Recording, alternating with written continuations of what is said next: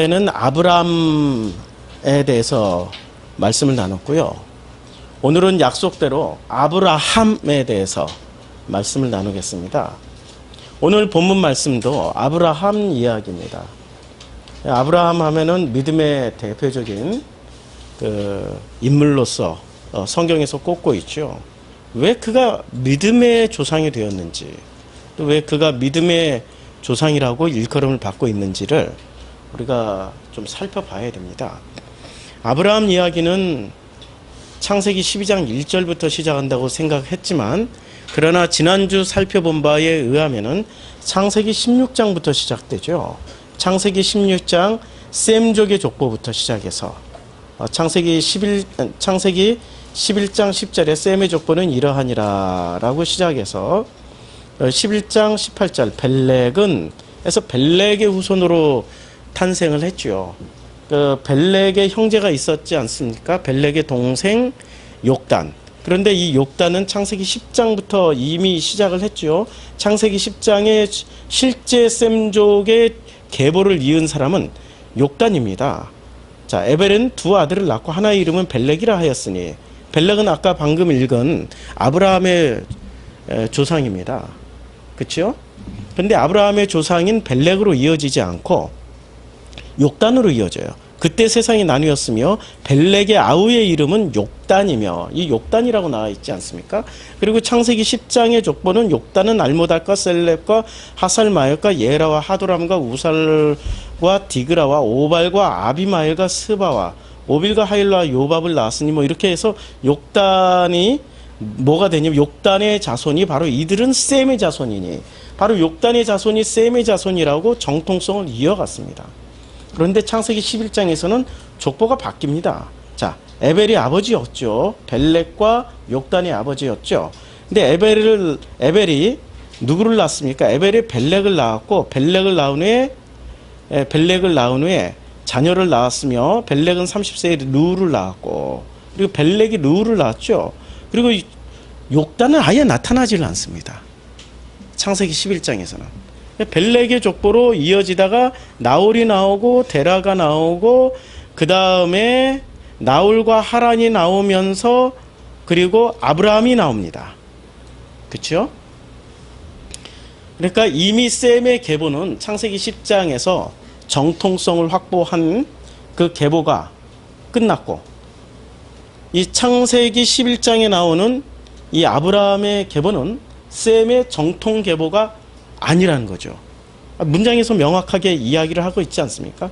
창세기 10장에서는 10장 31절에서는 이렇게 말씀하고 있죠. 이들은 셈의 자손이니. 누가? 욕단이. 그러면 11장은 벨렉의 후손은 이런 말이 없어요. 이들은 셈의 자손이니 이런 말이 없지 않습니까? 그렇죠. 셈의 정통성을 확보하지 못한 사람입니다. 지난주에는 이 내용을 가지고 나누었습니다. 못 들으신 분들은 지난주 설교 히브리서 주일 설교 38강을 꼭 확인을 해 주시고 이번 주일 설교를 들으셔야 됩니다. 안 그러면 몹시 헷갈립니다. 우리가 가지고 있는 고정관념과 많이 부닥칩니다. 그러면 하나님은 왜 정통족보에서 아브라함을 부르지 않고 비정통족보에서 불렀을까? 궁금하죠? 굉장히 궁금하죠? 창세기 4장을 한번 보죠. 창세기 4장에 드디어 아담이 그의 아내 하와와 동침함에 하와가 임신하여 누구를 낳습니까? 가인을 낳았습니다. 그리고 4장에 제일 먼저 시작하는 족보가 누구의 족보입니까? 누구의 족보부터 시작하죠? 자, 창세기 4장 16절에 보면 가인이 여호와 앞을 떠나서 에덴 동쪽 노 땅에 거주하니. 자, 여호와 앞을 떠났다. 여호와 앞을 떠났어요. 여호와를 떠날 수 있는, 여호와는 그런 존재입니까? 아니죠. 어딜 가나 존재하죠. 근데 여호와 앞을 떠났다라는 거예요. 여호와의 앞을 떠나버렸어요. 여호와의 앞을 떠났으면 여호와는 어디 있는 거죠? 가인은 뒤쪽에 있겠죠. 그렇죠? 문장 그대로 하면은 이 문장이 시사하는 바는 떠난 사람들의 족보입니다. 이미 떠났어요. 떠났는데 그 떠난 사람들의 족보가 성경에서는 가장 먼저 나옵니다. 가장 먼저 나오는 게 가인의 족보입니다. 자, 17절. 아내와 동침함에 그가 임신하여 에녹을 낳은지라. 그렇죠? 에녹을 낳았어요. 그리고 에녹이 18절 이랏을 낳고, 이랏은 무야엘을 낳고, 무야엘은 무드사엘을 낳고, 무드사엘은 라멕을 낳았더니 19절 라멕이 두 아내를 맞이하였으니 하나의 이름은 아다요, 하나의 이름은 실라였더라.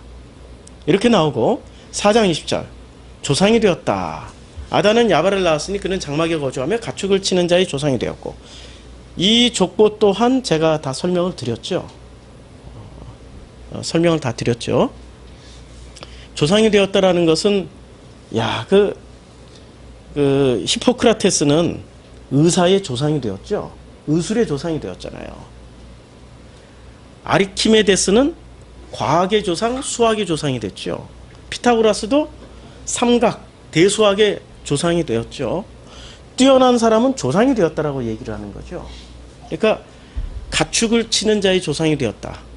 가축을 친다라는 게 양 몇 마리, 소 몇 마리 치는 게 아니고 얼마나 대규모로, 지금 텍사스 시스템으로, 미국의 텍사스 어떤 시스템인지 아시죠? 미국의 그 소만 하루에 수만 마리를 잡습니다. 전 세계로 수출하기 때문에. 그런 시스템을 갖췄다는 얘기예요. 왜냐하면 에녹이 무슨 일을 했습니까? 자, 4장 4장 17절에 보면 아내와 동침하며 그가 임신하여 에녹을 낳은지라 가인이 성을 쌓고 그의 아들의 이름으로 성을 이름하여 에녹이다. 성이라고 번역을 해서 참 문제가 많은데요. 거대 도시죠. 거대 국가입니다.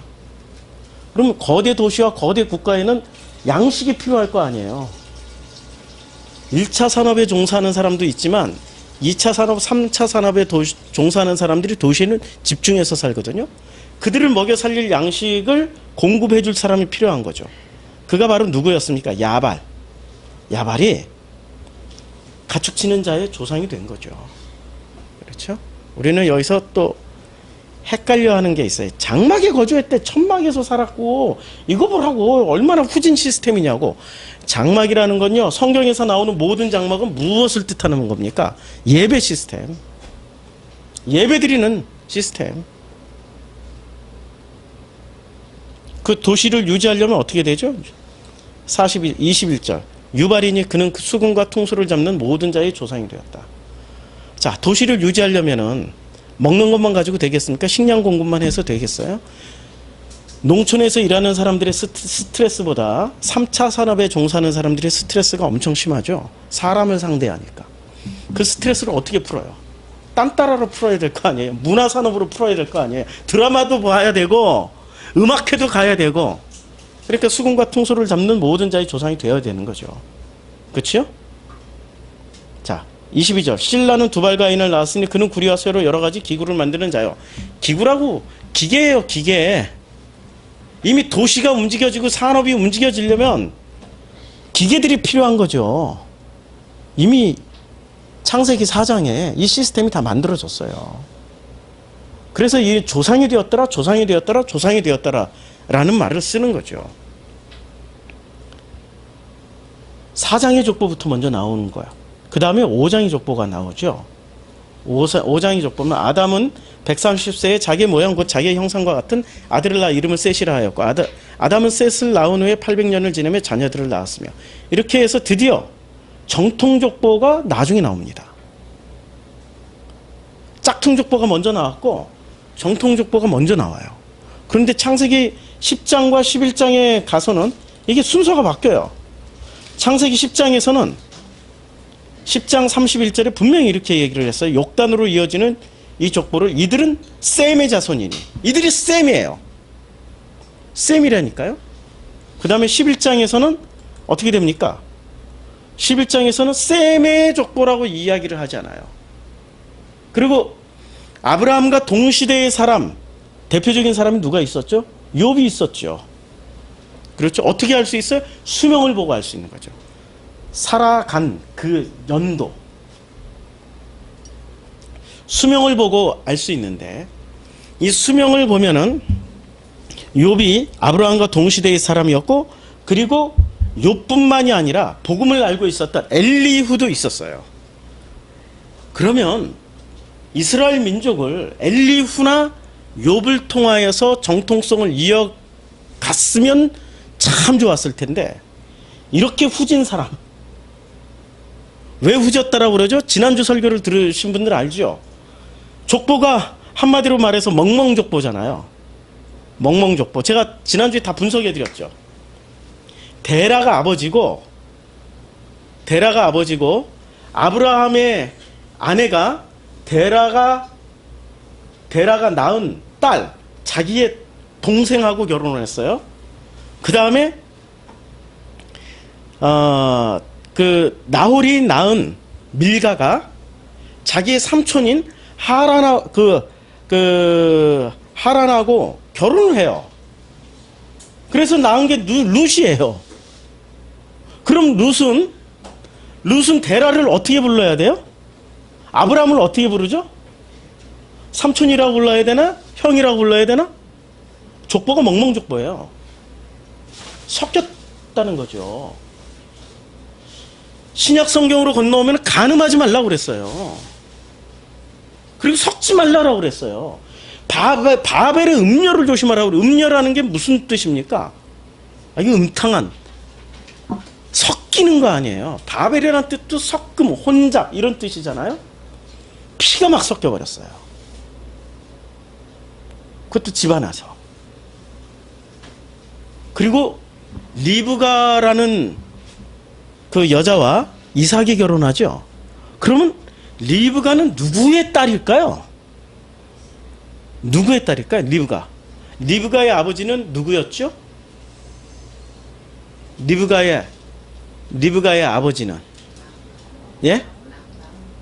아니, 리브가의 아버지가 삼촌, 예? 예?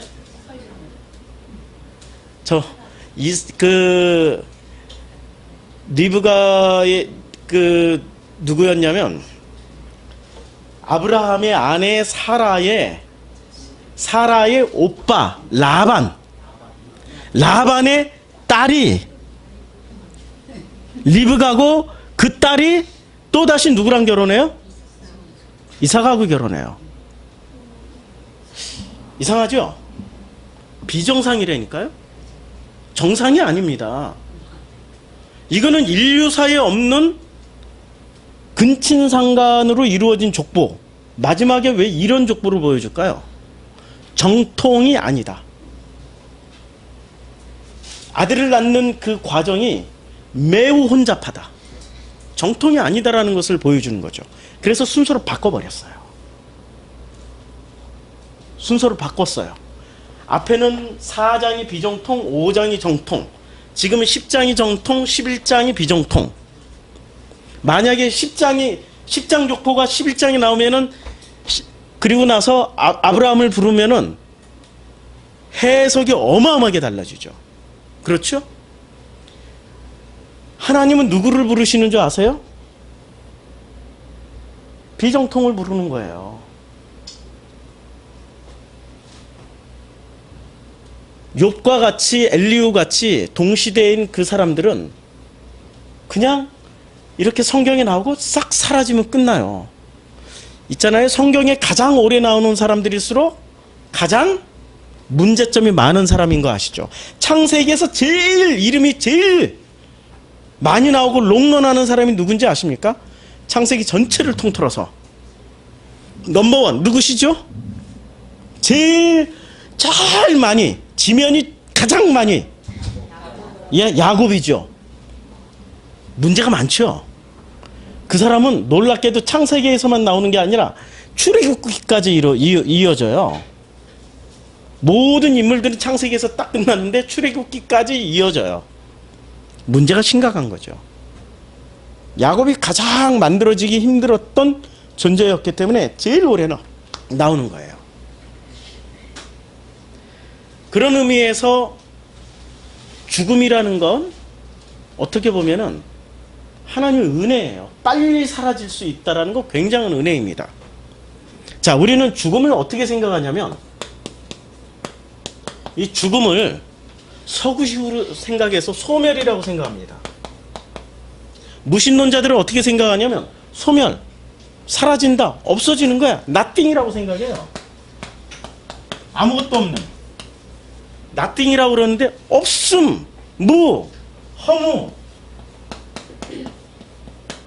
허무라고 이렇게 생각하는데 죽음이 과연 허물까요? 그럼 살아있으면 뭐죠?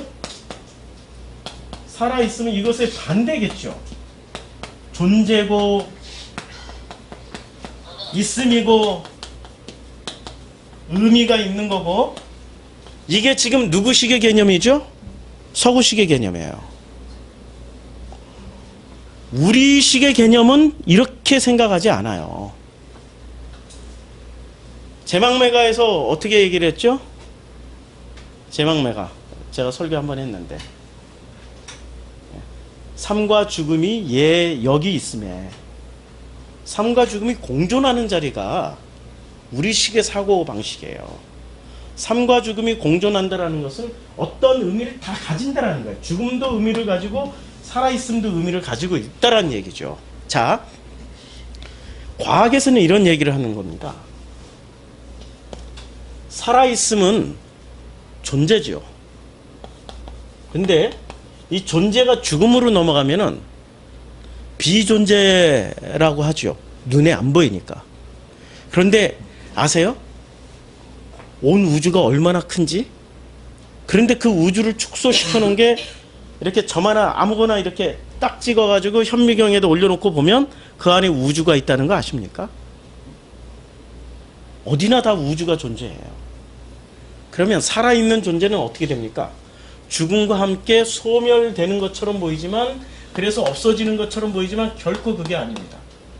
어디로 가죠? 에너지로 가요. 과학이거든요. 과학에서는 어떤 형태로든지 존재하게끔 돼 있어요. 과학에서는. 우리가 죽으면은 이 죽음 자체가 분해가 되고 사라지는, 보이는 것은 사라지지만 보이지 않는 어떤 것이 에너지로서 존재를 하고 있다는 것이 과학이죠. 그래서 한번 있게 된 어떤 존재는 영원히 없어지지 않고 영원히 있게 돼요. 성경은 이 놀라운 것을 설명해주고, 이 놀라운 것을 지금 족보를 통해서 설명을 해주고 있다는 거 아십니까? 족보는 대단한 의미를 가지고 있어요. 우리는 이제까지 족보를 아리안식의 사고로만 생각을 했었어요. 결코 그렇지가 않죠. 족보에는 굉장한 의미가 있습니다. 자, 첫 번째 어떤 의미가 있냐면은 창세기 5장, 10장, 11장 여기까지 보면은 이제 여기까지 봤어요. 마태복음 1장과 누가복음 3장의 족보를 한번 볼까요? 마태복음 1장의 족보는 아브라함과 다윗의 자손 예수 그리스도의 계보라. 아브라함이 이삭을 낳고 이삭은 야곱을 낳고 야곱은 유다와 그의 형제들을 낳고 이렇게 하면서 쭉 어디로 가냐면은 예수까지 딱 내려오죠. 18절 예수 그리스도의 나심은 이러하니, 이렇게 예수 그리스도까지 소개를 합니다. 우리는 이 족보를 읽을 때 어떤 느낌으로 읽죠? 어떤 느낌으로 읽냐면은 이렇게 이제 유다와 다말은 내가 알겠는데 아미나답이 누구지? 그럼 남은 누구지? 살모는 또 누구지? 이렇게 이제 헷갈리기 시작하죠. 근데 이름만 읽고 넘어가요. 이름만 읽고 넘어가는데 잘 보세요. 아브라함과 다윗의 자손 예수 그리스도의 계보라 해서 아브라함이 있잖아요. 누구로 완성됩니까? 예수로 완성돼요. 18절에 예수의 나심은, 예수 그리스도의 나심은, 아브라함은 예수로 완성돼요. 자, 그러면 족보를 이렇게 보자고요. 이삭은 누구로 완성이 되죠? 예수로 완성되는 거죠. 야곱은 누구로 완성이 돼요? 예수로 완성되는 거예요. 모든 결론이 지금 예수로 모아지고 있는 거예요. 이 족보에서 우리가 눈여겨봐야 될 게 족보의 시작과 족보의 끝이 있어요. 그러면 우리는 시작을 시작을 시작으로만 보고 끝내버리는 경우가 있어요. 시작이라고 보지 말고 이렇게 보면 돼요. 아브라함을 불러냈잖아요. 불러내신 목적이 뭐죠? 완성시키기 위해서 불러낸 거죠. 완성시키기 위해서 불러낸 게 오늘은 아틀란타까지 왔네. 여기 자리. 아틀란타에서 우리 부부가 왔네요. 세상에. 우리 여기는 국제석입니다. 자, 시작과 끝이 있는데 잘 보세요. 시작을 누구로 잡았어요? 아브라함으로 잡았죠. 마태복음 족보는 아브라함. 끝을 누구로 잡았습니까? 예수로 잡았죠. 그러면 누가복음의 족보는? 누가복음 3장에 보면은 족보가 나오는데요. 누가복음 3장. 자, 예수 3장 23절 예수께서는 이렇게 시작해요. 시작을 누구로 시작했어요? 예수로 시작하고 끝이 어디서 끝나냐면은 38절에 그 위는 에노스, 그 위는 세시오, 그 위는 아담이, 그 위는 하나님이시라. 하나님으로 끝났어요. 그러면 아브라함으로 시작해서 끝으로 예수로 끝난 족보하고 예수로 시작해서 하나님으로 끝난 족보하고 차이점이 있을까요? 없죠? 같은 내용이에요, 지금. 우리의 삶을 시작해 보자고요. 우리의 삶을 시작한 사람들은 우리의 시작은 반드시 어디로 가요? 끝을 향해서 가게 돼 있죠. 그럼 그 끝에 누구로 완성이 돼요? 예수하고 하나님으로 완성된다는 얘기예요. 아주 심플하죠? 족보는 첫 번째 의미가 시작과 끝을 가르쳐줘요. 나로 시작하지만 예수로 완성이 되고 하나님으로 완성이 된다라는 말씀을 하고 있는 게 족보의 아주 숨겨진 의미 중에 하나이죠. 그렇죠? 두 번째 의미. 이 족보를 아브라함은 우리가 족보를 읽을 때마다 아브라함 하나만 놓고 생각을 했어요. 개별성으로 생각을 했어요. 아브라함이 인생에 대해서 공부하고 이삭을 또 따로 띄어서 이삭을 또 공부를 하고 또 야곱을 따로 띄어서 야곱을 공부하고 요셉을 따로 띄어서 요셉을 공부하고 우리는 이런 식으로 족보를 봐왔단 말이에요. 그런데 족보의 연속성상에서 보면은 아브라함이나 이삭이나 야곱이나 야곱의 12아들들이나 그 사람들이 모두 누구의 영향을 받고 있죠? 아브라함의 영향을 받고 있죠. 그렇죠? 최초에 시작했던 이 아브라함의 영향을 받기 시작합니다. 아브라함의 영향을 받기 시작해요. 아브라함이 가졌던 마인드, 아브라함이 가졌던 신앙을 끊임없이 그것을 리마인드를 하게 되는 거예요. 그래서 우리가 가지고 있는 전통 중에 제사라는 전통이 있잖아요. 제사는 왜 드리죠? 제사는 음식 평소에 못 먹다가 맛있는 음식 먹으려고 드리는 건가요? 아니죠. 조상을 기리는 자리잖아요. 그럼 조상을 기리면서 무슨 짓을 합니까? 그냥 절만 하고 끝나나요?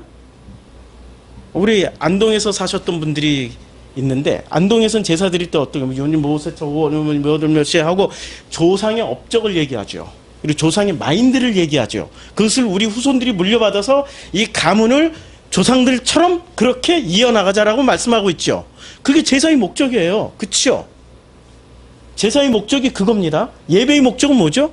하나님을 기리고 하나님의 마인드를 받아서 하나님의 뜻을 통해서 우리가 하나님이 원하시는 삶을 살자. 뭐가 달라요? 제사하고 똑같은 시스템이에요. 본질적으로 다르지가 않아요. 자, 아브라함을 생각하는 이 후손들은 각자 다른 사람이야. 이삭도 다른 사람, 야곱도 다른 사람, 요셉도 다른 사람, 유다도 다른 사람. 다 다른 사람이에요. 다 다른 사람들이지만 그러나 그의 마음속에는 누가 담겨 있는 거예요? 아브라함이 담겨 있는 거죠. 그러니까 아브라함이 뭐라고 얘기를 해요? 옆구리에 이미 그 씨가 다 들어가 있다고 그러죠. 우리는 이걸 생물학적으로만 생각을 했다니까요. 이게 어떤 사고방식이죠? 아리안의 사고방식. 이 동양의 마인드로 생각하면은 아주 심플하게 이해가 돼요. 옆구리에 들어있다라는 것은 이미 그 씨가 우리의 옆구리에 들어있다라는 것은 이 사람들이 옆구리? 아니 모든 마인드 생각은 머리에서 나오는데 왜 옆구리에서 나와? 자, 옆구리가 영어로 뭔지 아세요? 스토마크죠? 영어를 스펠링 모르겠다. 스토막이죠? 그쵸? 예? 메시에츠? 아, 예. 예. 그냥, 그렇게, 예. 제가 좀 스펠, 하도 영어를 안 써봐가지고, 스토막입니다. 한글로 쓸게요. 자, 이걸 위장이라는 거, 옆구리, 배 다 해당돼요. 얘네들은 용어가 아주 심플해요. 예, 의학용어로 들어가면 어떨지 모르겠지만 통칭해가지고 사람이 있잖아요. 신경을 제일 많이 쓰면은 어디부터 아프죠? 머리부터 아픕니까? 스토막부터 아픕니까? 그쵸? 우리가 밴드에 이명준 형제가 올린 글이 있잖아요. 어떤 사람은 이 뇌가 없어요. 이 실제로 이런 사례가 굉장히 많이, 뇌가 없는데도 IQ가 120이 나와요. 아니 뇌가 없는데 머리가 속이 텅 비었는데 120 IQ 가지고 명문대까지 들어간 친구도 있어요. 뇌가 없는데 어떻게 생각하죠? 우리의 모든 장기가 생각하는 기능을 가지고 있다는 거 아십니까? 성경이 굉장히 과학적이에요. 옆구리에 있다는 얘기가 스토막에 있다는 얘기가 무슨 얘기입니까? 무슨 얘기죠? 기억하고 되살려낼 수 있다는 얘기예요. 이게 생물학적으로 똑같은 아브라함의 씨를 낳는다는 얘기는 정신적으로는 같은 마인드를 가진 사람을 태어나게 한다라는 뜻입니다. 그래서 아브라함부터 예수까지 가는 이 족보에는 뭐가 흐르고 있는 거죠? 아브라함부터 시작해서 예수까지 가는 이 족보에는 분명히 뭔가가 흐르고 있어요. 그 흐르고 있는 공통분모가 있는데 이 공통분모가 뭐죠? 예? 하나님의 이 마음이 흘러야 돼요. 이 마음을 다른 말로 표현하면 영입니다. 하나님의 영이 흐르고 있어요. 하나님의 영이. 영적인 계보가 흐르고 있다는 게 영적인 공통분모가 있다는 얘기예요. 그래서 각각은 다른 인물이지만 아브라함부터 예수까지는 다른 인물이지만 통칭해서 뭐라고 불러줘요? 예수라고 불러줘. 아브라함의 자손들은 다 예수로 귀결이 되는 거예요.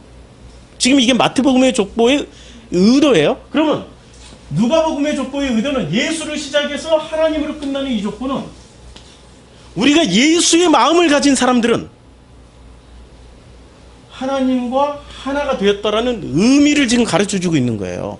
개별적으로 이 족보 안에는 수많은 사람들이 들어가 있죠. 여기에 자기 이름 하나 넣어보세요. 내 이름 한번 넣으시라니까요. 그런 의미예요. 나는 예수로 시작해서 하나님으로 완성이 되는, 하나가 되는, 완성이 되는 게 하나가 되는, 연합이 되는 이런 놀라운 일이 일어나는 거예요. 무엇 때문에? 혈통상의 계보는 아니에요. 지금 족보를 왜 이렇게 아브라함의 족보를 정통 족보인 셈족에서 끄집어내지 않고 욕단에게서 끄집어내지 않고 벨렉에서 끄집어내서 시작을 했다는 얘기는 바로 나는 혈통적으로는 정통이 아니야. 유대인도 아니야. 아브라함의 씨도 아니야. 그렇지만 내 이름이 이 가운데 들어갈 수 있는 오직 유일한 이유는 예수와 연합해서 십자가에서 죽고 이 마음이 하나 됐다는 얘기입니다. 이게 무슨 실제로 죽었다, 뭐 십자가에서 죽인다. 그 마음이 하나가 되는 순간부터 우리는 하나님으로 가는 이 완성되는 과정의 한 사람들입니다. 근데 이 한 사람은 각각 다른 사람이지만 연속성으로 보면 어떤 상태가 돼요? 한 사람. 하나님이 이 세상을 창조하실 때 물질로 창조하셨어요? 말씀으로 창조하셨어요? 말씀으로 창조하셨죠? 말씀에는 에너지가 있습니까? 한번 물어보자고요. 에너지가 있어야 창조가 될 거 아닙니까? 말씀에는 에너지가 있어야 되는 거죠. 그렇죠. 말씀에 에너지가 있어야 물질이 태어나고 땅과 하늘이 생기고 바다와 풀과 생물과 흙이 생겨나는 거 아닙니까? 말씀이 이 모든 것을 창조해내기 위해서는 뭐가 있어야 되냐면 에너지가 있어야 돼요. 에너지가 있어야 만들어지는 거 아닙니까? 근데 우리 지금 현재 과학을 하고 있는 과학적 사고 구조를 가지고 있는 현대인들은 에너지를 어떤 에너지만 생각하고 있죠? 불 에너지, 바람 에너지, 뭐 눈에 보이는 이런 에너지만 에너지라고 생각하고 있단 말이에요. 이런 에너지만 생각하고 있는데 가장 훌륭한 에너지는 무슨 에너지인지 아십니까? 마음 에너지예요. 마음 에너지.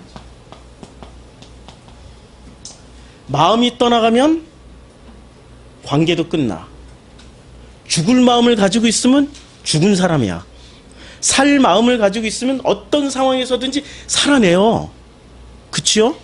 그러니까 살 마음을 가지셔야 돼. 아무리 힘들고 어렵더라도 이 설교를 듣고 있는 모든 성도님들은 아무리 힘들고 어렵더라도 부탁을 드리는데 살 마음을 가지세요. 살 마음을 가지셔야지. 죽을 마음을 가지고 있으면 그 사람 죽게 돼요. 그러면 살리고 죽는 에너지는 어디서 나오는 거예요? 놀랍게도 마음 안에 다 담겨 있는 거예요. 그래서 욥기서에서 이렇게 얘기를 해요. 이 마음이 뭐죠? 영입니다. 영. 한 사람에게서 영이 떠나면 그는 일시의 죽으면 죽게 되느니라. 제가 지난번에 전도서 공부할 때 이 구절 한번 찾아서 읽어드린 것 같아요. 마음이 떠나면요 죽은 거예요. 그치요? 서구는 이제까지 어떤 에너지를 숭상을 했습니까? 힘의 에너지. 눈에 보이는 힘의 에너지. 힘을 에너지라고 생각을 했었어요. 그런데 우리 동양은 이 마음의 에너지라는 것을 알게 된 거예요. 마음의 에너지라는 것을 알게 돼가지고 이 마음 수련하면 또 엉뚱하게 마음 수련 같은데 그거 딱 짝퉁입니다. 이건. 그런데 종교 집단일 뿐이에요. 마음을 잘 수련했더니 뭐가 됩니까? 축지법도 쓰고 도인이 되더라. 그렇지 않습니까? 그게 육체를 막 단련해서 그렇게 되는 줄 아세요? 아니에요. 모든 에너지는 우리가 쓰고 있는 에너지에 우리가 쓰고 있는 막대한 에너지는 우리의 육체에서 나오는 게 아니에요. 마음에서 나오는 거예요. 자, 족보가 있을 때 이 족보는 어떤 에너지를 전해주려고 족보를 쓰죠? 힘의 에너지입니까? 아니면 마음 에너지를 전하려고 족보를 써놨습니까? 그런데 종교는 무엇을 붙잡죠? 힘을 붙잡죠. 그래서 성공, 출세 이런 데 전부 다 맞춰놓고 대형교회 이런 데다 맞춰놓고 살죠. 마음 에너지를 가지고 있는 사람들은 어디다 쓰죠? 마음 에너지를 가지고 있는 사람들은 관계 여기 온통 이 모든 에너지를 다 쓰는 거죠. 마음이 편하려면 관계가 편해야 되죠. 그렇죠? 힘을 추구하면은 관계는 다 무시해야 돼. 내가 너를 짓밟아야 네 것을 뺏어올 수 있으니까. 그래서 힘을 더 축적할 수 있으니까. 그래서 오늘 내일의 양식을 구하지 말고 오늘 것은 오늘의 족하다라고 계속 가르쳐 주잖아요. 광야에서 내일 양식 쌓지 말라고. 만나는 이틀 3일 쌓아놔봐야 썩어서 버리게 되는 그런 그 에너지, 보이는 에너지밖에 안 돼요. 하나님의 말씀은, 하나님의 입에서 나오는 모든 말씀은 힘 에너지입니까? 마음 에너지입니까? 그 성경은 전부 다 어디다 초점을 맞추고 있어요? 보이는 힘이에요? 보이지 않는 마음입니까? 보이지 않는 마음에 맞추고 있어요. 이 마음이 놀라운 일을 할 수 있다는 거 아십니까? 자, 생각을 해보세요.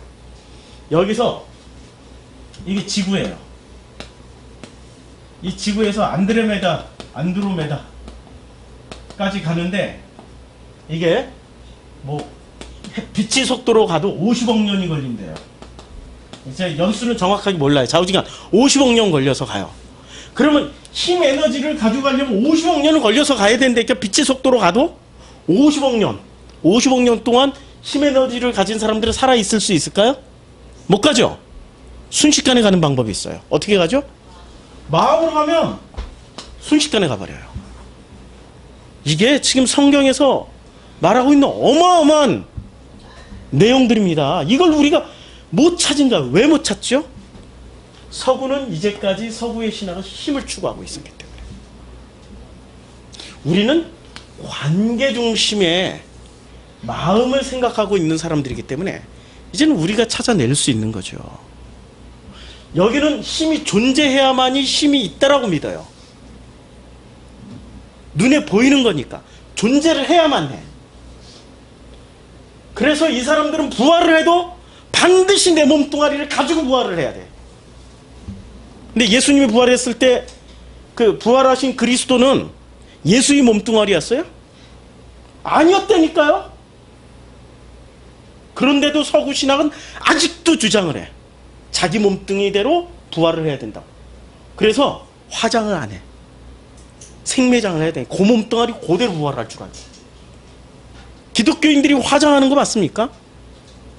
부활하면 자기 몸뚱아리 못 찾을까봐 자기 몸뚱아리 찾으려도 이상한 마인드로 화장을 안 한단 말이에요. 그렇죠? 어느새 우리는 이 힘의 에너지를 끌어다 쓰고 있는 종교인이 돼버린 거예요. 진짜 위대한 에너지는 하나님이 우리에게 주신 가장 위대한 에너지는 마음이에요. 마음은 못할 게 없어요. 뭐든지 다 할 수 있어요. 마음만 먹으면 다 할 수 있어. 맞죠? 아니 마음만 먹으면 다 할 수 있다니까. 이게 우리말이라니까. 우리말 한국어.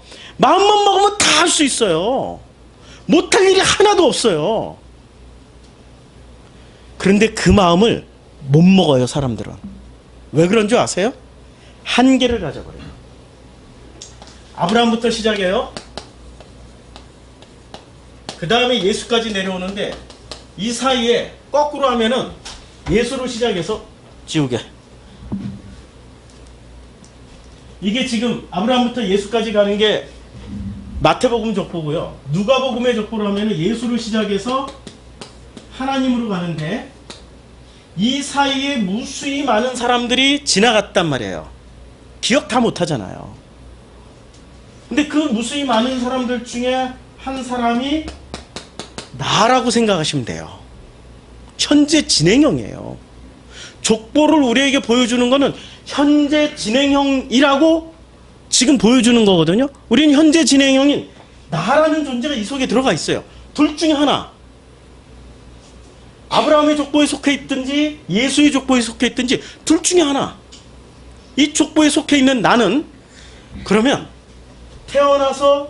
태어나서 보이는 힘으로 살다가 죽어버렸어요. 죽는 순간 이 사람은 어떻게 되죠? 힘만 추구하는 사람은 나란 존재가 사라졌으니까 나란 존재는 어디 가서 존재를 해야 돼요? 천국 가서 존재해야 된다고 생각하는 거야. 천국을 만들어 놓고 천국이나 지옥에 있다라고 생각을 하는 거예요. 그런데 하나님의 의도는 어떤 거죠? 나라는 존재는 사라졌더라도 뭐가 남아 있어요? 나라는 영은 절대 안 죽어요. 이게 마음이거든요.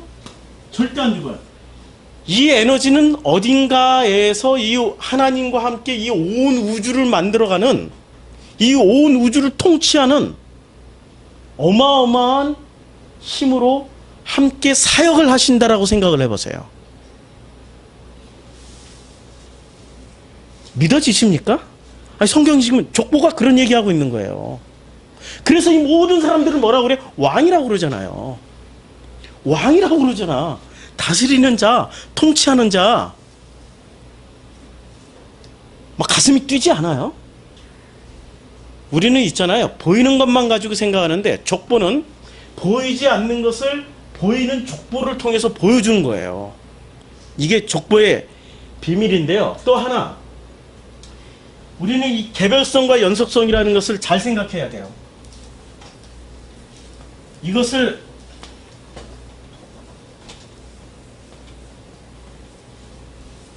개별성과 연속성이라는 게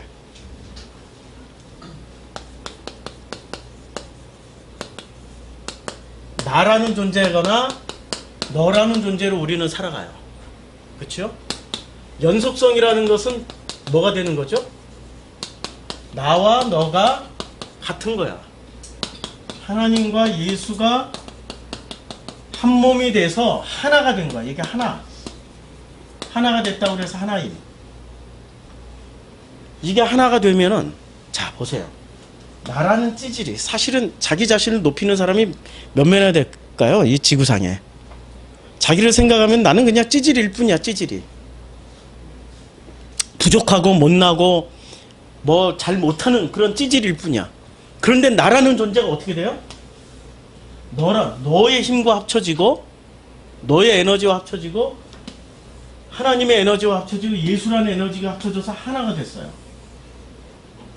개별적으로 보면은 나는 정말 외롭고 힘들고 고독하고 불안한 존재인데, 연속성에서 보니까 어떻게 돼요? 놀라운 존재가 되어 있는 거예요. 그래서 이것을 하나님의 형상이라고 그러는 거예요. 하나님의 형상을 회복받았다. 하나님의 형상을 회복받았기 때문에 나는 지금 개별성과 연속성을 동시에 살아가고 있다는 거 아시죠? 근데 언제 이 연속성으로 100% 완성이 됩니까? 우리 육이 딱 보이는 것이 모든 보이는 그 힘이, 능력이 다 내려지는 날, 보이는 힘과 능력이 내려지는 날, 진짜의 우리는 원래 이거였다는 것을 알게 되는 거죠. 그래서 족보가 예수를 시작해서 하나님으로 끝나든, 아브라함으로 시작해서 예수로 끝나든, 예수 그리스도로 끝나든, 이 족보에 나오는 이 모든 사람들은 실제로 개별적으로는 역사를 살아가는 동안에는 나야.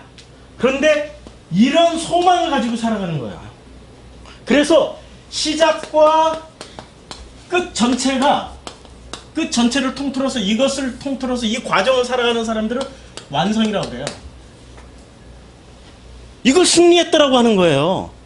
이걸 음료를 이겼다라고 얘기하는 거고, 이게 계시록의 완성이고, 그치요? 우리가 이 속에 들어가 있다라는 것이 그저 감사할 일 아닙니까? 여기 꼭 14만 4천 아니라니까. 14만 4천 14만 4천은 뭘 보고 추구하는 거야? 눈에 보이는 존재만 놓고 세는 거죠. 마음을 셀 수 있어요? 못 세죠.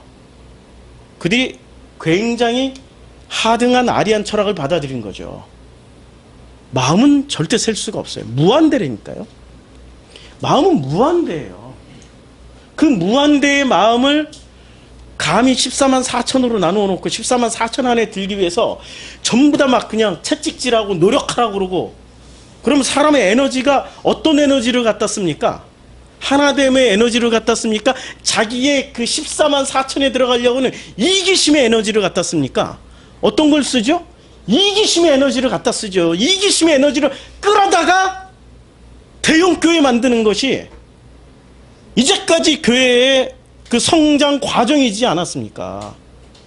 거기에 어디 우리가 있고, 거기에 어디 공동체가 있습니까? 우리 프로시코마이는 어떻게 그렇게 성장해야 될지는 잘 모르겠어요. 지금 우리도 이제 과정 중에 있기 때문에 어떤 식으로 공동체를 만들어가고 꾸려가고 운영할지는 몰라요. 그냥 아무 계획이 없어요. 다만 살아있으면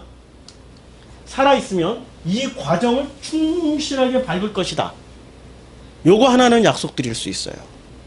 어떤 개체든 우리가 그 개체를 개체 나름 하나하나로 놓고 보는 것이 아니라 한 사람의 인격으로서만 따로 떼어놓고 왜 저래? 왜 저 모양이야? 하는 것이 아니라 하나가 됐기 때문에 그냥 덮는 사랑, 덮어주는 사랑으로 바라보는 거지요. 그리고 우리가 고백하는 겁니다. 보시기에 좋았더라. 하나님이 보시기에 좋았더라. 나도 그렇게 덮임을 받은 존재고, 그리고 그 사랑으로 나도 이렇게 덮고 있으면 전부 다 하나가 되는 거죠. 그렇죠? 이게 지금 족보를 통해서 우리들에게 보여주시는 하나의 의도예요. 자, 아브라함을 보면 이제 족보의 이 기원이 있잖아요. 족보에 보면은 우리가 창세기 5장에 보면은 아주 그 희한한 수수께끼 같은 말들이 나와요. 아담은 셋은 낳은 후 800년을 지나며 자녀들을 낳았으며 그는 930세를 살고 죽었더라. 셋은 105세에 에노스를 낳고 에노스를 낳은 후 807년을 지나며 자녀들을 낳았으며 그는 912세를 살고 죽었더라. 에노스는 90세에 개나는 도대체 수수께끼 같은 얘기들만 나오죠. 그런데 여기서 보면 이런 내용이 있습니다. 창세기 17장 16절에 제가 성경 여기 다 찾아놨어요. 4장과 5장에 이런 그 수수께끼는 이걸로 풀 수 있죠. 내가 그에게 복을 주어. 이제 아브라함하고 약속을 하는 거예요. 언약을 맺었어요. 아브라함을 아브라함으로 만든 후에 이런 언약을 하는데 어떤 언약을 주냐면 내가 그에게 복을 주어 그가 내게 아들을 낳아주게 하며. 누가 낳게 하는 거예요? 하나님이 낳게 하는 거죠. 주체가 하나님의 아들을 낳게 만드는 주체가 하나님이에요. 사람이 아닌 겁니다. 그렇죠? 절대 사람이 아니에요. 성경에 나와 있는 그러면 이 모든 족보, 창세기 5장, 10장, 11장, 마태복음 1장, 누가복음 3장, 이사회 역대상하에는 족보 무지하게 많아요. 역대상은 전부 족보니까 그거 빼고 나머지 족보 가지고 얘기하면 여기서 이 족보에 철저하게 이 족보의 아들을 낳게 하는 사람은 주체는 누구예요? 주체는 하나님이에요. 사람이 아닙니다. 아담도 아니고 셋도 아니고 에노스도 아니에요. 누가 만들어줘요? 하나님. 자, 아들을 낳아주게 하며 내가 그에게 복을 주어. 복이라는 거 복을 준다고 그랬어요. 근데 이 복을 어떤 복입니까? 눈에 보이는 힘의 복이에요? 아니죠. 안 보이는 에너지의 복이죠. 마음의 복, 관계의 복 이런 걸 주셔요. 그렇죠? 이 복의 개념이 달라져야 되는 거예요.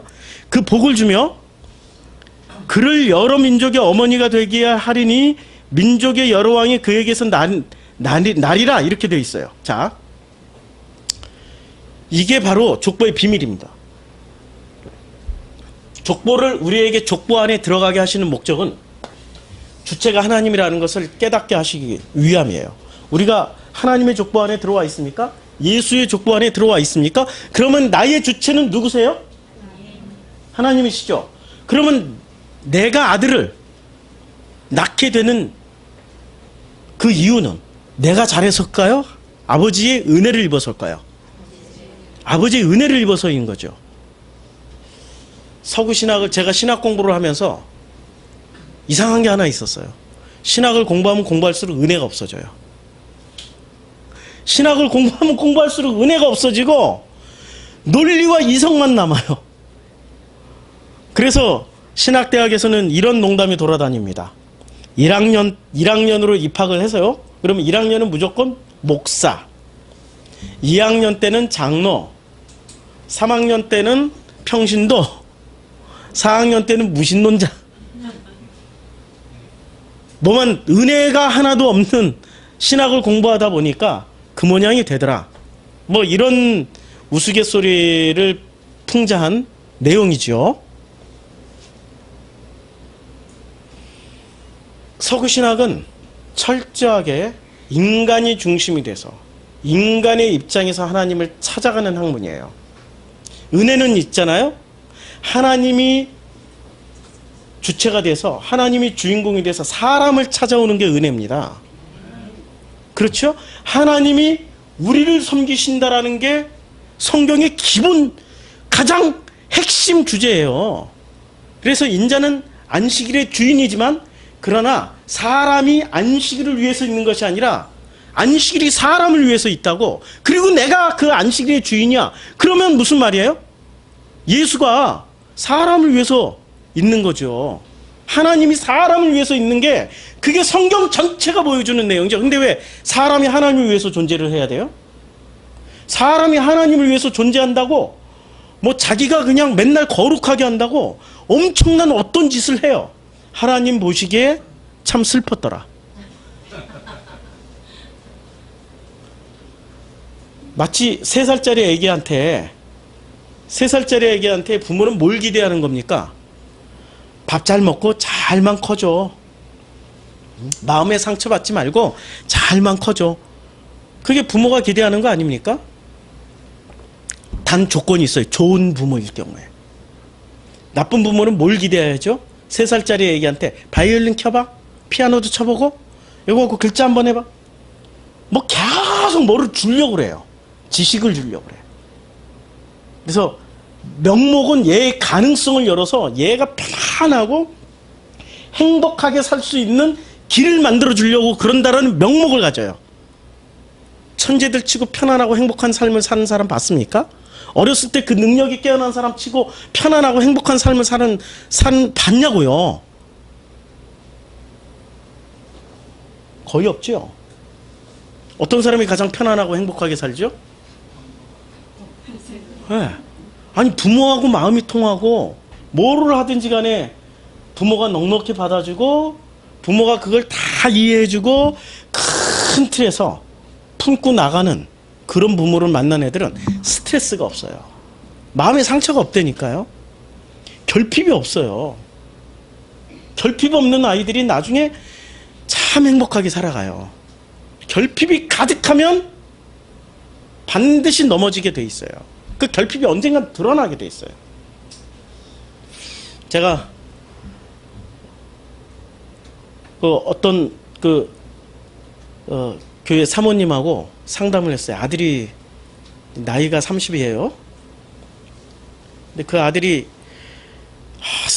직장생활 잘하다가 갑자기 엄마 나 이제 직장생활 너무 힘들어서 못하고 나 다 떠나고 조용히 수도원 같은데 기도원 같은데 좀 있을게. 왜? 직장생활 하니까 술 먹고 뭐 이런 게 너무 힘들어. 술 먹고 담배 피는 게 너무 힘들어. 직장 사람들이. 엄마 나 이제 이 여자친구가 나랑 헤어지재. 그래서 이제 나 더 이상 여자 안 만날래. 이런 얘기를 엄마한테 해요. 그럼 사모니까 어떻게 상담을 할까요? 어떻게 상담을 하죠? 계속 자기가 배워왔던 종교적 습성대로 상담을 할 거 아니에요. 제가 어떻게 상담을 해줬을 것 같아요? 그 사모님한테. 아니 그 나이 때는 당연히 그렇게 하는 거라고. 할 수 있게끔 해주라고. 술 안 먹고 안 마시고 담배 안 피니까 벌써 남을 판단 정죄하는 게 몸에 배지 않았냐고. 그게 싫어서 떠나면은 지구를 떠나야지. 어디 가서 살아요? 그치요? 차라리 배우라고. 마셔도 보고 담배도 펴보고. 그래봐야 결핍이 안 생긴다고. 그 나이 때 그걸 해보고 그 나이 때 그걸 하는 사람들과 어울려서 그 속마음을 서로 들여다보고 대화를 나누고 그러다 보면 결핍이 안 생긴다고. 여자친구 떠났으면 새로운 여자친구 만나고 또 만나고 또 만나고 또 만나라고. 자꾸 많이 만나보라고. 그래서 대화도 해보고 그들이 할 수 있는 모든 마음을 나눠보라고. 그래야 나이 40, 50쯤 돼서는 결핍이 폭발 안 할 거라고. 목사들이 왜 이렇게 사건 사고를 많이 일으키는 줄 아세요? 이 대한민국 성범죄율, 대한민국 성폭행, 성범죄율 1위 직업군이 어느 직업군인지 아십니까? 다 아시죠? 말하기가 쪽팔려 죽겠어. 창피해 죽겠어. 저쪽에 있는 스들도 아니고, 참, 기독교 거시기들이 성범죄율 1위예요, 지금. 대한민국에. 왜 그럴까요? 깊이 생각해 봤죠. 어렸을 때 못하게 하니까 40, 50쯤 되면 힘을 갖잖아요. 능력을 갖잖아요. 돈도 갖잖아요. 그리고 노하우도 배우잖아요. 그 어린 시절에 못 해본 걸 그때 이빠이 하는 거야. 그때 이빠이 하는 거라니까요. 들키지 않으면 다행인데 또 다 들켜. 도둑질도 해본 놈이 하는 거지.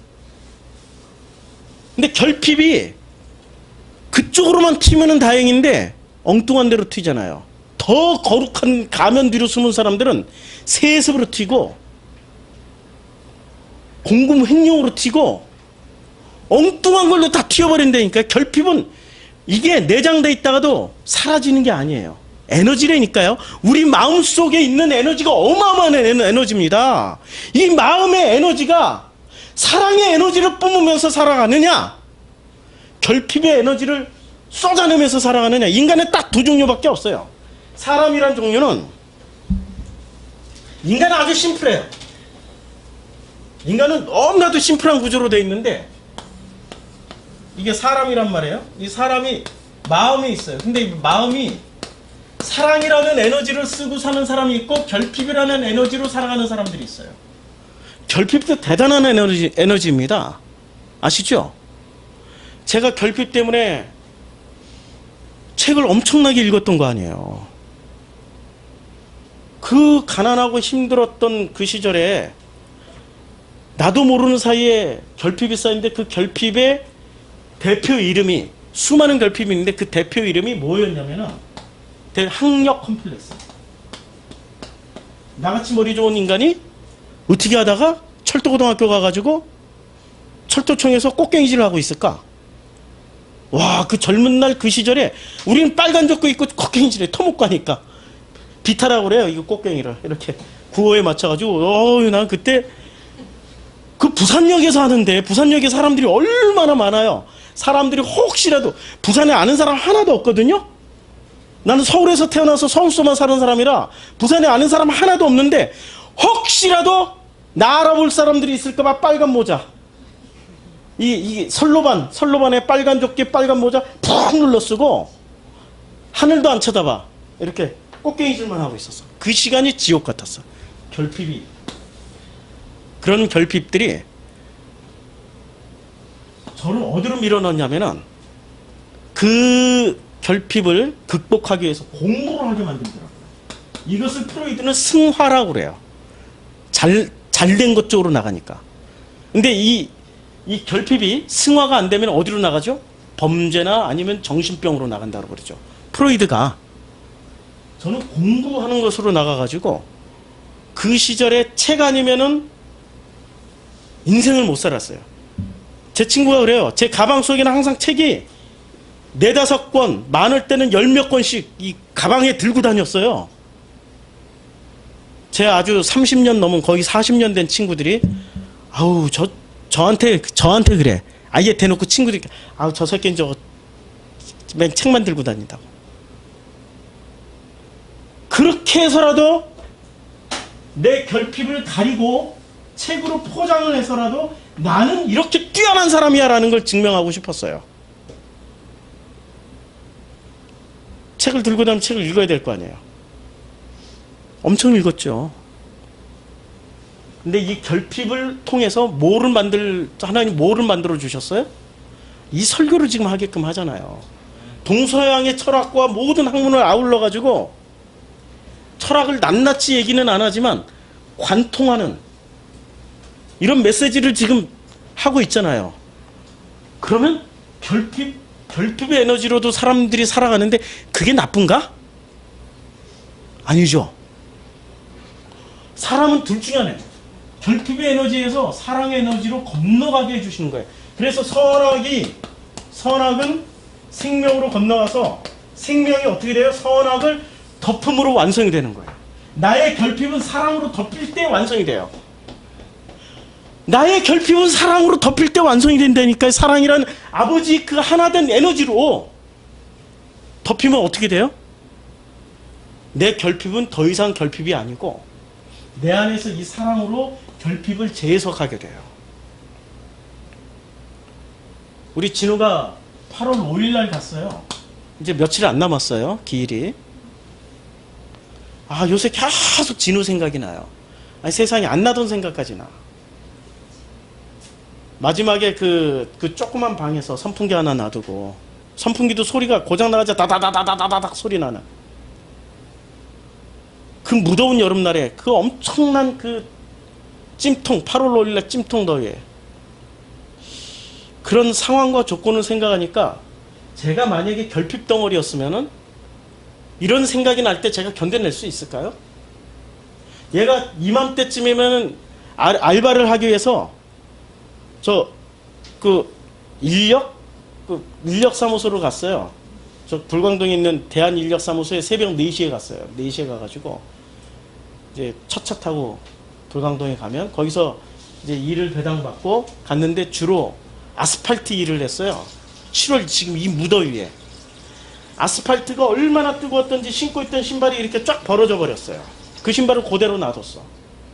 왜냐면 그 피하면은 제가 더 슬퍼질까봐 바로 집 앞 문 앞에다 놔두고 드나들면서 그걸 보면서 극복을 해나가는데 그건 극복이 됐는데 이런 생각 날 때마다 만약에 이런 생각 날 때마다 제가 결핍 덩어리였으면 어떻게 됐을까요? 못 살죠. 가슴을 찢죠. 하나님이 재해석을 해주시는 게 사랑으로. 사랑에 덮였습니까? 그 아들의 사랑, 그 아들의 제가 미처 알지 못했던 그 사랑들이 해석이 되어지는 거예요. 건너가는 거죠. 그렇죠? 우리가 아브라함이라는 사람이 한 사람 태어났어요. 그리고 그 아브라함을 가나안 땅으로 이제 인도를 하시는 그 과정이 이 과정에서 보면은 이 아브라함이 정상적인 모습으로만 살았습니까? 사랑으로만 살았어요? 결핍으로도 살았죠. 거짓말 2번 했잖아요. 애굽에 가서 거짓말하고 아비멜렉 왕에게 가서 거짓말하고 그렇죠? 거짓말로 위기를 모면했어요. 아니 거짓말이 아니지. 자기는 사실을 얘기해. 내 누이 동생이니까. 아내이자 누이 동생이니까. 둘 중에 하나만 선택한 거지. 그때는 결핍이 다 드러났어요. 근데 그 결핍이 완성된 자리가 있었다라는 거죠. 언제 완성됐습니까? 아들을 갖다 바치라고 할 때. 이상하지 않아요? 아들을 갖다 바치라고 하는데 하나님이 그런 분인가? 어떤 의미를 주시려고 아들을 갖다 바치라고 그랬을까요?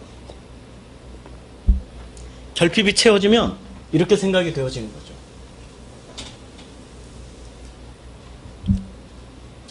아버지, 아들, 나, 아들.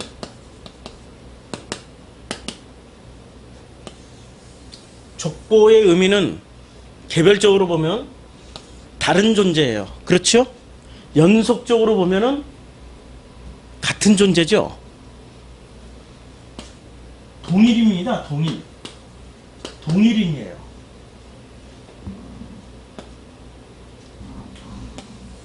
나와 아들을 구분해서 생각하는 것은 결핍이에요. 그래서 나는 죽더라도 아들만큼은 살아야 된다라고 세상 사람들은 다들 그렇게 말을 해요. 그런데 아브라함은 연속선상에서 생각을 한 깨달은 거예요. 드디어 알게 된 거예요. 아들을 바치라는 얘기는 나까지 함께 바치라는 얘기구나. 나를 죽이시겠다는 말씀이구나. 동일화되어 있으니까. 개별성이 아니고 연속성상에 있으니까. 연속성으로 생각하니까. 그렇죠? 족보를 연속선상에서 생각하니까 하나님이 아들 바치라는 얘기가 성립이 되는 거죠. 만약에 개별성으로만 놓고 보면 이거 몰래게요, 몰래. 몰래기 누구를 바치라고 그랬어요? 자식 바치라고 그랬잖아요. 그러니까 이스라엘 사람들이 요 장면만 이것을 연속선상으로 생각하지 못하고 이스라엘 사람들이 어떻게 했습니까? 자식 바치는 일을 엄청 했어요. 흰놈의 골짜기에다가 자기 자식을 항아리에다 집어넣고 죽여서 그냥 던져버렸어요. 개별적으로 생각하니까. 자기가 잘되기 위해서 아들 하나쯤 하나 못 바쳐 뭐? 연속선상으로 생각해야 되는 거죠. 나는 아들이고 아들이 나고 내 아들은 나의 손자지만 그가 나고. 왜? 같은 마음이 공유가 되니까. 같은 마음이 공유가 되는, 살아있는 거예요. 어디서 살아있죠? 마음이라는 어마어마한 에너지 속에서. 결핍 가득한 사람들은 딱 만나면은 힘이 어마어마해요. 포스가 아시죠? 근처에만 가도 상대하기가 싫어. 포스가 얼마나 대단한지 근처에만 가도 상대하기 싫어요. 그 결핍에 가득 쓰여진 그 얼굴만 봐도 멀리서 보고 피해서 도망가고 싶어. 그걸 또 그 결핍을 건드리잖아요. 지치지도 않고 곤비치도 않고 막 쏟아내요. 죽을 힘을 다해서 쏟아내요. 그 사람들은 그 쏟아내고 그 앞에 있는 상대방들이 다 단절되어 있기 때문에 그래요. 그가 나라는 걸 생각해 보지 못하는 거죠. 그가 우리들이라는 걸 생각하지 못하는 거죠. 연속성으로 생각하지 못하는 거죠. 아브라함을 하나님 왜 불러내셨을까? 이 결핍 덩어리를, 멍멍족보를 왜 불러놨을까요? 하나님이 아버지로 세우시기 위해서. 그래서 유대인들은 뭐라고 이야기합니까? 우리의 아버지는 아브라함이야. 맞죠? 아버지로 세우기 위해서. 아버지가 그 집안의 모든 분위기를 끌어가십니다. 아브라함이 왜 믿음의 조상이 됐냐면은 개별에서 드디어 연속선상으로 넘어왔어요. 개별적으로 생각을 했을 때는 누구를 선택했습니까? 창세기 12장부터 보면은 다음에 해야 되겠죠. 내용이 너무 이거 하면은 또 너무 많은데 아브라함 2를 또 다음에 해야 되겠죠. 자, 12장은 하나님 불러내요. 13장은 누구의 이야기입니까? 롯. 13장 14장은 롯의 이야기예요. 근데 13장에 이런 얘기를 해요. 내 앞에 온 땅이 있지 아니하냐? 나를 떠나가라. 내가 좌하면 나는 우하고 내가 우하면 나는 좌하리라. 지금 롯을 연속선상에서 봤어요? 아니면은 개별적으로 봤어요? 개별적으로 봤죠. 헤어져야 돼. 네가 좌하면 나는 우하고 네가 우하면 난 좌할게. 깨끗하게 헤어지자. 지금 연속선상에서 못 봤어요? 자, 14장. 그런데 그 롯이 어떻게 됩니까? 잡혀가요. 잡혀가가지고 어떻게 하냐면 14장 12절 소돔에 거주하는 아브라함의 조카 롯도 사로잡고 그 재물까지 노력해가요. 그래가지고 찾아옵니다. 그냥 가솔들 데려와서 16절 모든 빼앗겼던 재물과 자기 조카 롯과 그의 재물과 또 부녀와 친척을 다 찾아와요. 왜 찾아왔죠? 개별적으로 생각했지만 막상 위기에 닥치고 그가 죽을 거라고 생각하고 그의 고통을 생각하니까 연속성이 있었던 거예요. 동일시했던 거죠. 잡아온 거예요. 아니, 구출해가지고 왔어요. 구출할 때 살렘왕 멜기세덱이 떡과 포도주를 가지고 나왔어요. 아니, 왜 살렘왕 멜기세덱이 왜 떡과 포도주를 왜 가지고 나왔을까? 아니, 그 조카 롯을 구출해가지고 나오는 자리에서 왜 이걸 가지고 나왔어요? 끊어졌던 걸 다시 이었잖아요. 연속선상에서 깨달았잖아요, 드디어. 아, 우리가 남이 아니네? 축복해주러 나온 거죠. 그가 힘을 추구하는 종교는 이렇게 생각하죠. 와, 그가 몇 왕을 다 물리치고 해서 대단한 힘이 있다고 생각하고 그래서 영접하러 나왔다고 생각하죠. 그건 힘을 추구하는 종교들의 해석이고 마음을 추구하는 복음은 있잖아요. 드디어 깨달은 그를 축복해주러 오는 거예요. 그때 그것을 축복해주는 그에게 11조를 바치겠다고 그랬어요. 10분의 1을. 자기 소유의 10분의 1을 여기 너희 대적을 내 손에 붙이신 지극히 높으신 하나님을 찬송하리로다 하며 아브라함이 그 얻은 것에서 10분의 1을 멜기세덱에게 주었어요. 그러면 재물도 또한 뭐로 본 거예요? 단절이 아니야. 재물 따로 하면 재물은 챙겨야 된다니까. 그런데 연속성상에서 보니까 재물도 어떻게 돼요? 자기를 대신해서 롯과 자기가 살아난 것을 대신해서 재물의 대표인 11조 10분의 1을 바쳤다니까요. 이제 이해가 되죠? 연속선상에서 보면 14장까지는 롯의 이야기, 15장에 이것을 본 이것을 깨달은 하나님이 어떻게 되냐면 드디어 계약을 체결을 해요.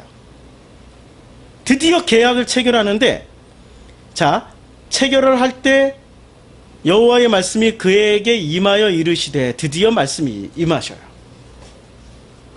말씀이 임하시고, 그런데 그가 아직 이 연속선상에서 보세요. 요거는 아브라함하고 롯의 관계지만, 이제는 앞으로 어디까지 가야 됩니까? 족보가 아브라함부터 시작해서 예수까지 가야 되죠. 예수까지 가려면은 이 어마어마한 장구한 이 수많은 개별적인 사람들에게 강력한 영향력을 미치게 하려면은 뭔가 하나님의 액션을 취하셔야 되죠. 그 액션이 뭐였죠? 15장에 수수께끼 같은 얘기가 나오는 거죠. 자, 13절, 15장 10. 여호와께서 아브라함에게 이르시되 너는 반드시 알라. 내 자손이 이방에서 개기되어 그들을 섬기겠고 그들은 400년 동안 내 자손을 괴롭히리니 400년. 아니 지금 아브라함하고 계약을 맺는데 지금 무슨 얘기를 해요? 자손. 400년 후에 400년 동안 고난을 받을 자손 얘기를 해요. 그리고 400년 후를 얘기를 하고 있다니까. 그들이 섬기는 나라를 내가 징벌할 쯤에 그 후에 내 자손이 큰 재물을 이끌고 나오리라. 아니 지금 아브라함하고 계약을 맺는데 왜 자손 얘기를 하죠? 족보가 어디서 완성되는 거예요? 아브라함 당대에서 완성되나요? 당대에서 완성되고 또 어디서 완성돼요? 전체 족보에서 완성되고 처음에서 완성되고 끝에서 완성되고 모든 과정에서 완성되는 것을 말씀하기 위해서 하는 거예요. 연속선상을 말씀하기 위해서 이 엉뚱한 장면이 툭 하고 튀어나오는 거예요. 400년 동안 종살이를 할 것이다. 그럼 종살이는 무엇을 위해서 종살이를 시킨 거예요? 개별적인 각자의 그 자손들이 종살이를 하면서 무엇을 하겠어 있습니까? 고통을 당하면 살려주세요. 아, 힘들면 살려주세요 소리 나오죠. 살려주세요 소리 좀 하라고. 그러면 그때 아브라함의 하나님, 이삭의 하나님, 야곱의 하나님. 그래서 왜 아브라함, 이삭, 야곱의 하나님이라고 각자 그렇게 불렀을까? 궁금하지 않으세요? 아브라함의 하나님, 이삭의 하나님, 야곱의 하나님이라고 왜 이렇게 불렀을까요? 각자의 하나님이지만 그러나 공통의 하나님이에요. 연속선상을 말씀해 주겠어요. 하나님 이름은 그래서 안 가르쳐 준 거죠. 야훼라고 광야에서 가르쳐 줬지 애굽에 있을 당시에는 아브라함의 하나님, 이삭의 하나님, 야곱의 하나님이라고 불렀어요. 이 연속선상을 알으라고. 그래서 드디어 이제 계약을 체결을 해요. 체결을 할 때 16장에 무슨 일이 벌어집니까? 사라하고 새 인물이 나와요. 새 인물이 나오는데 오늘은 다 못하고 오늘은 개론식으로 하고 다음 주에 아브라함 한 번 더 해야 될 것 같아요. 이 분량이 너무 많아. 아브라함 이때는 사레 누가 나오죠? 하갈. 이것을 사레는 어떻게 봤습니까? 단절시켜서 봤어요. 사레하고 하갈은 다른 존재라고. 서로 질투의 관계였어요. 아브라함은 이 사이에서 고통을 당했어요. 맞죠? 그런데 후에 가면 어떻게 됩니까? 아브라함은 사라도 사랑하고 하갈도 사랑하고 이삭도 사랑하고 이스마엘도 사랑해서 그에게 먹을 것과 식량을 다 주어서 떠내 재산을 다 나눠줘요. 17장 이후에. 그러면 17장에 어떤 일이 벌어집니까? 드디어 17장에 이런 일이 벌어져요. 17장 5절에 이제 후로는 내 이름을 아브라함이라 하지 아니하고 아브라함이라 하리니 이는 내가 너를 여러 민족의 아버지가 되게 하리라. 엄청난 일이 벌어져요. 이후로 아브라함이 확 바뀌어버립니다. 이삭을 바치라고 할 때 바치고 하갈, 사라 다 동등하게 대해져 버립니다. 이스마엘, 심지어는 나중에 태어난 자녀들까지. 심지어는 나중에 그 사라가 돌아가셨어요. 사라가 돌아가시고 나서 그 후에 사라가 죽고 난 후에도 아브라함이 자녀를 많이 낳아요. 그래서 이렇게 돼요. 자녀를 많이 낳아가지고 자녀를 여기 아브라함이 후처를 맞이하자 했으니 그 이름은 그두라라. 이제 그두라라는 후처를 맞이하고 그가 시므란과 욕산과 무단과 미단과 이스박과 수학. 아니 100살에 우리는 기독교 설교가 막 지금 너무나도 승질나. 100살에 초점을 맞췄다니까. 100살. 이 100이라는 숫자가 얼마나 대단하다고. 100살에 아이를 낳았다고. 요게 야 드디어 기적이 일어났다. 100살에 애를 낳았다. 100살에 이런. 그래서 하나님 잘 믿으면 기적이 일어난다고. 100살에도 애를 낳는다고. 뭐 기도하면 아브라함처럼 믿음만 가지면 이건 불가능이 일어난다고. 그 이후에 보니까 너무 많이 나왔어. 140살, 150살에도 나왔어요. 왜 이런 건 설교 안 해? 그쵸? 기독교가 보이는 힘만 강조하고 있는 건 마음의 힘이라는 걸 모르고 있는 거예요. 자, 시므란과 욕산과 무단과 미드안과 이스박과 수아를 낳고 욕산은 스바와 드단을 낳았으며 드단의 자손은 아수르 족속과 르두시 족속과 르움미 족속이며 미디안의 아들은 이 미디안은 결국에는 끊임없이 싸우잖아요. 그 에바와 에벨과 한옥과 엄청 많이 나왔어요. 지금 이삭 말고도 자손이 엄청 많아요. 아브라함이 이삭에게 자기의 그 모든 소유를 주었고 자기 서자들에게도 재산을 주어 자기 생전에 그들로 하여금 자기 아들 이삭을 떠나 동방 곧 동쪽 땅으로 가게 하였더라. 죽기 전에 뭐를 나눠줬습니까? 재산을 나눠줬다니까요. 뭐로 본 거죠? 여기 보면 이스라엘을 괴롭히는 미디안도 있었고요. 아수르도 있었고요. 지금 이스라엘을 아주 괴롭히는 족속들이 많이 여기서 태어났는데 그들이 잘 살 수 있도록 해준 거라니까. 누구의 마음이에요? 아버지의 마음. 하나님 아버지의 마음이라니까요. 하나님 아버지의 마음. 언제부터 이런 놀라운 변화가 생겼습니까? 아브라함이 아브라함으로 바뀌었을 때. 사레가 사라로 바뀌고 이삭이 이삭으로 바뀌고 야곱이 거꾸로 이삭이 이삭으로 바뀌고 예수가 그리스도로 바뀌는 거죠. 예수로 살다가 그리스도로 넘어간다로 이름을 바꿔준 거죠. 그렇죠? 예수를 알았던 사람들은 그리스도를 만났을 때 알아볼까요? 못 알아봤잖아요. 아브라함 시절에 만났던 하란 사람들이 아브라함이 됐을 때 만나면 알아볼까요? 알아는 보죠. 근데 너무 달라져 있죠. 뭐가 달라졌습니까? 외모가? 아니죠. 뭐가 달라졌어요? 마음이 달라졌어요. 마음이 달라진 거라니까요. 이게 예수와 그리스도의 비밀입니다. 기도하겠습니다.